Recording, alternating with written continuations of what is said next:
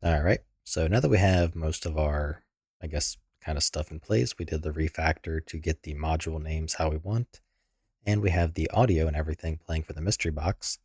I want to do the same thing for wall weapons and debris. So when we buy the wall weapon and ammo, I want to have the purchase sound play. Likewise, when we can't purchase it, I don't want to have the purchase sound play. I want to have a denied sound play. That goes for the barricade as well. Now it's going to require some different logic for the denied audio, but for now we're going to only focus on the purchase, basically the purchase success sounds. And in the case of the debris, the purchase success and the actual sound of whatever it is for, moving, so to speak. So here I have my purchase audio, and in this case I had to reduce it down to 50% because it is quite loud, and the denied. So we're going to utilize those. Now to begin, we're going to load up our wall weapon and PDA wall weapon as well as our debris and PDA debris. So to start, we need to define some sounds.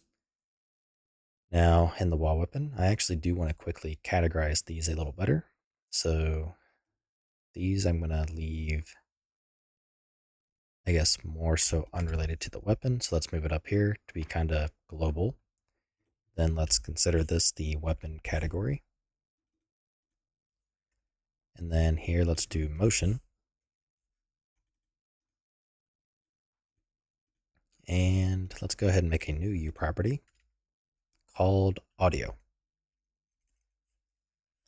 So in here, we want a T object pointer of a U sound base. And this will be the purchase success sound. Now, I thought about doing soft object pointers, but it ended up kind of occurring to me just how tiny the sounds are, and they're always going to be loaded into memory kind of regardless, because at any point in time, I mean, you're always going to have a barricade, you're always going to have a wall weapon, so it's kind of, why not? Next up, we're going to have a purchase denied sound as well, and we can take this, copy, paste into debris, and just change wall weapon to debris. Now I want to have one more entry, and that'll be the debris sound. So that'll be like the door opening or the couch levitating, that kind of stuff. Now, starting with the debris, let's come up here to our components and add a new component. This will be a T object pointer of a U audio component. And we'll call this one the debris audio component. So what I want to have is another one for the purchase audio component. Then I want to take this purchase audio component, copy, and paste it to our wallweapon.h. So that way we have it on both. Now, let's go to our constructor. We want to do the debris audio component equals create default subobject of U audio component, and we'll call it debris audio component. Then do the same thing for the purchase audio component and include the components audio component.h. Now I want to go ahead and set B auto activate to false on both of these. Oops. And go ahead and set up the root or the attachment to the root component. So set up attachment root component.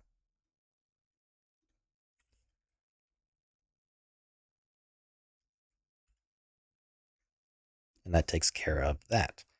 Now I'm going to go ahead and copy and paste that into our wall weapon constructor for the purchase audio component. And same thing, make sure to include components audio component.h. And everything else is pretty much set up. So in the case of the debris, on begin play, I want to go ahead and fetch from the debris data. I want to go ahead and do debris audio component. I want to set the sound. And the sound's going to be the debris data, debris sound. and that's all there. So next up, when the debris starts moving, i.e. it has been purchased, I want to go ahead and play the sound. And in our case, because we have the motion component on motion started, we can do that here.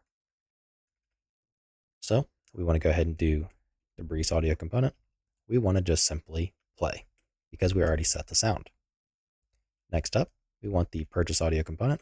We want to play that as well, but we need to actually set the sound. And the only time the motion would be started is if the purchase was successful. So we want to go ahead and grab the purchase audio component. We want to set the sound to the debris data, purchase success sound. Now we can copy this part, go to our wallweapon.cpp, go down to our interact, and down here we have, if we are locally controlled, we do some stuff such as setting be purchased.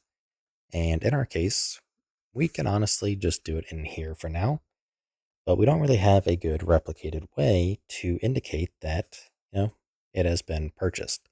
And I'm not exactly sure if there even is audio when you buy a wall weapon that other players can hear. So I'm a little bit iffy on that.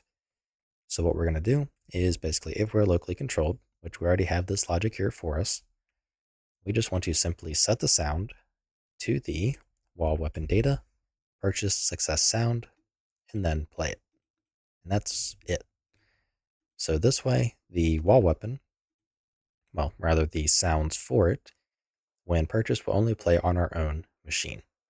But for the debris, it should play for everybody because we should have the sound of the purchase as well as the sound of the actual barricade moving. Now, I haven't played in a very long time in multiplayer, so I don't know if the sound for the purchase plays on other people's clients when you purchase debris or if it's just the debris sound or what.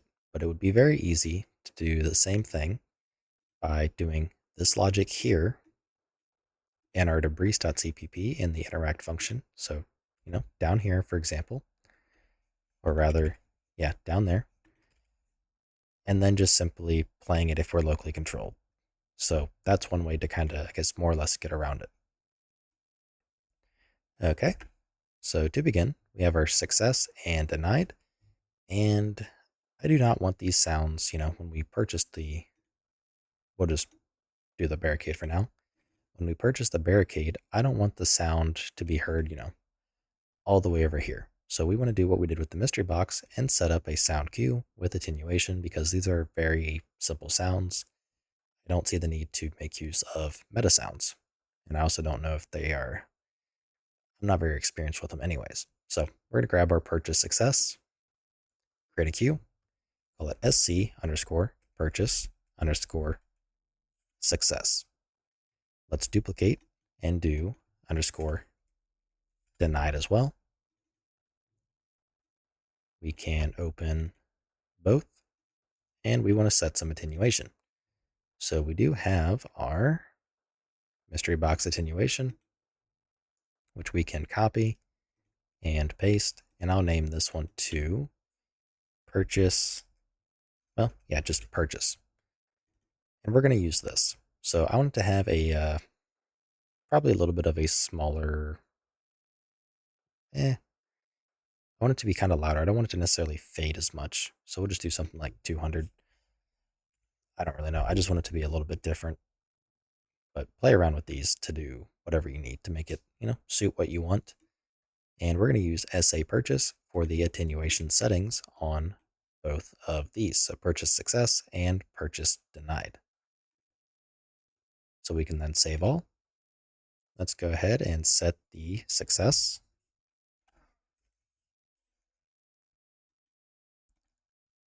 That's the wrong one. We want SC purchase success and SC purchase denied. Then we also want the debris sound. So we need to make one for that. So debris, we have the main door, create a queue, SC underscore debris underscore main door. And we want to set the attenuation to be the purchase. I figured that's probably a good fit. So let's set the debris sound to be our debris sound cue. Alright, so now we can hit play and give it a try.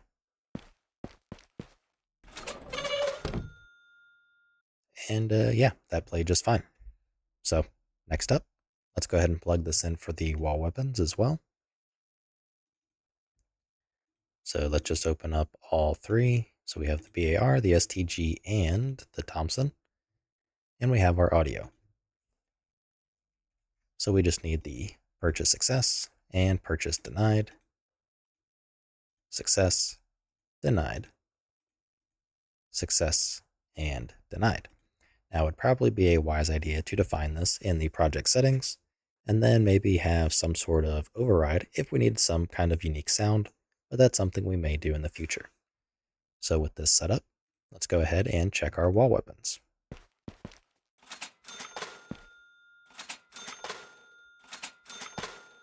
All of which play. Alright, so there is a bug happening, and that's when I pressed F on, say, the BAR. We're not buying, any ammo. No, we're not buying the gun. No, nothing. So that's something that does need to be resolved at some point, but for now, I'm not too worried about it. I'm mostly just kind of going through and doing some polishing up. Alright, so now that we have all of that in place, I'd say we are in a good spot. So I'm not too worried about the denied sound just yet. I just wanted to get at least something in there, mostly because I am trying to avoid starting on the barricade.